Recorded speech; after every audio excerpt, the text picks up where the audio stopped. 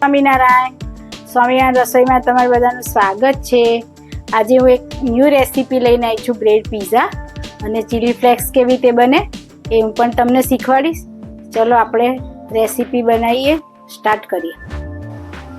આપણે chilli flakes બનાવીશું. આપણે પીઝામાં ચીલી ફ્લેક્સ નાખીએ છીએ, એ કેવી રીતે બનાવે હું તમને બતાવું. એક મિક્સર જારમાં કાશ્મીરી મરચાં આખા લીધા છે, એને આપણે થોડા ચન જ કરશું. બે વખત જ ચન કરવાનું. આપણા હોમમેડ ચીલી ફ્લેક્સ તૈયાર થઈ ગયું છે. હવે આપણે પીઝા બનાવીએ એમાં ઉપયોગમાં લઈશું, અને જે વધે આપણે ડબ્બીમાં ભરી લઈશું કે જે ફરીથી પીઝા બનાવીએ એમાં કામ લાગે. આપણે માઇક્રોમાં પીઝા કરશું, એમાં ગ્રીલમાં કરવાના. હવે આપણે પ્રી હીટ કરવા મૂકશું પહેલાં 10 મિનિટ માટે.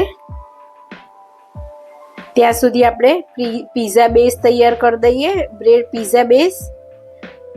અને બીજી તમને ગેસ ઉપર આ તવામાં કેવી રીતે બનાવાય એ તમને હું પણ બતાવીશ. ચલો આપણે બ્રેડ પીઝા બનાવવા માટે સ્ટાર્ટ કરીએ. એ મેં બ્રેડ લીધી છે, મોટી બ્રેડ લીધી છે, જે મંદિરના સ્ટોરમાંથી લાવી છું. કોબીજ, કેપ્સિકમ, ટામેટા, ચીલી ફ્લેક્સ મેં ઘરે બનાવી છે. ઓરેગાનો છે, ઓરેગાનો જે છે એ મેં બહારથી લીધો છે, જે આપણે ખાઈ શકીએ છીએ. શેઝવા સોસ બનાવ્યો છે, પીઝા સોસ જે મેં ઘરે બનાવ્યો છે. કેચઅપ છે, એ પણ હું મંદિરથી લાવી છું, મંદિરના સ્ટોરેથી લાવી છું. ચાટ મસાલો અને ચીઝ. હવે આપણે બ્રેડ પીઝા બનાવવા માટે તો આપણે મસાલો જે જોઈએ છે બધું મિક્સ કરી લઈશું. મેં કોબીજ નાખી દીધી, કેપ્સિકમ નાખી દઈશું આપણે, ટામેટા નાખી દઈશું.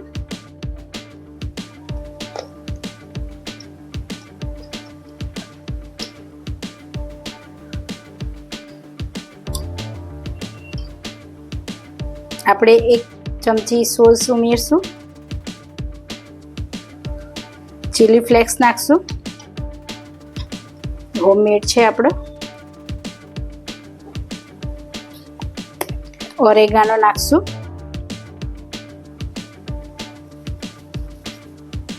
હવે આપણે બધું મિક્સ કરી લઈએ.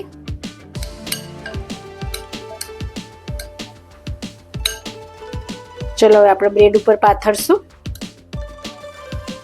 હવે આપણે સ્વાદ પ્રમાણે મીઠું નાખી દઈશું અને હવે આપણે એને હલાવી દઈશું. બ્રેડ પીઝા બનાવવા માટે પહેલાં પીઝા સોસ લગાવીશું.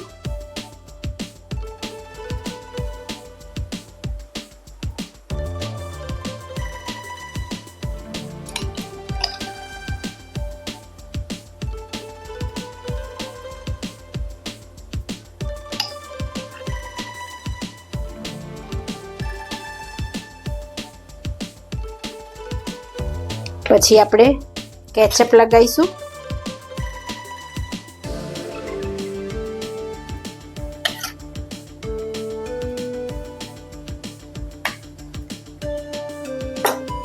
હવે આપણે જે રેડી કર્યો તો પીઝા મસાલો એ આપણે નાખશું.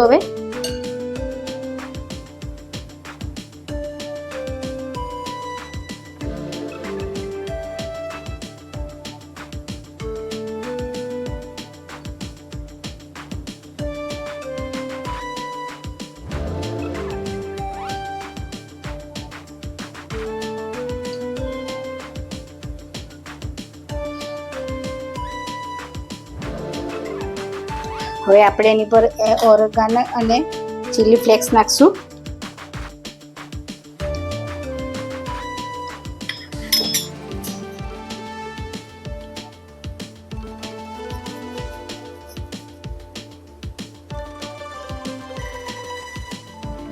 હવે આપણે ચીઝ છીણી લઈશું.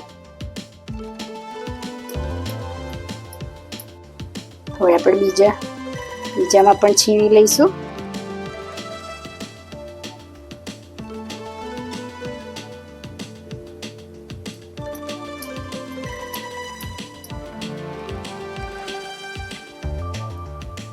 હવે આપણે ચાટ મસાલો ભભરાઈ દઈશું અંદર ઉપર. હવે આપણે એક માઇક્રોમાં મૂકી દઈશું. આપણે આ કાણાવાળી ડીશ લીધી છે જેથી પીઝા જલ્દી ચડી જાય.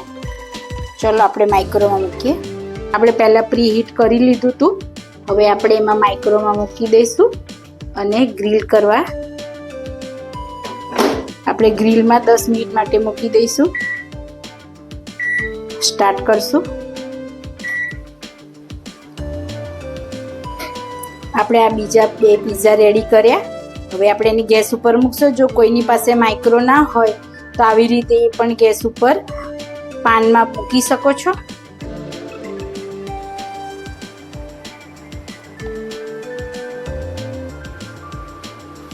આવી રીતે પાનમાં મૂકી શકો છો. હવે આપણે ગેસ સ્ટાર્ટ કરી પહેલાં એને મેં સહેજ ગરમ કરી લીધી હતી પાનને. હવે આપણે એની અંદર પીઝા મૂકી દીધા છે. હવે આપણે એને ઢાંકી દઈશું અને 10-15 મિનિટ માટે ચડવા દઈશું. આપણા માઇક્રોમાં રેડી થઈ ગયું. ગ્રીલ કરી લીધું આપણે પીઝા. હવે આપણે સર્વિંગ પ્લેટમાં લઈ લઈશું. આમાં પણ આપણો પીઝા રેડી થઈ ગયો છે. એને પણ આપણે સર્વિંગ પ્લેટમાં લઈ લઈશું. આપણે આ પીઝા રેડી થઈ ગયા છે. હવે મહારાજને ધરાઈશું. અને મારો આ પીઝાનો વિડીયો તમને પસંદ આવે તો લાઈક કરજો, શેર કરજો અને સબસ્ક્રાઈબ કરજો. આપણે હવે મહારાજને જમાડીશું. ચલો મહારાજ.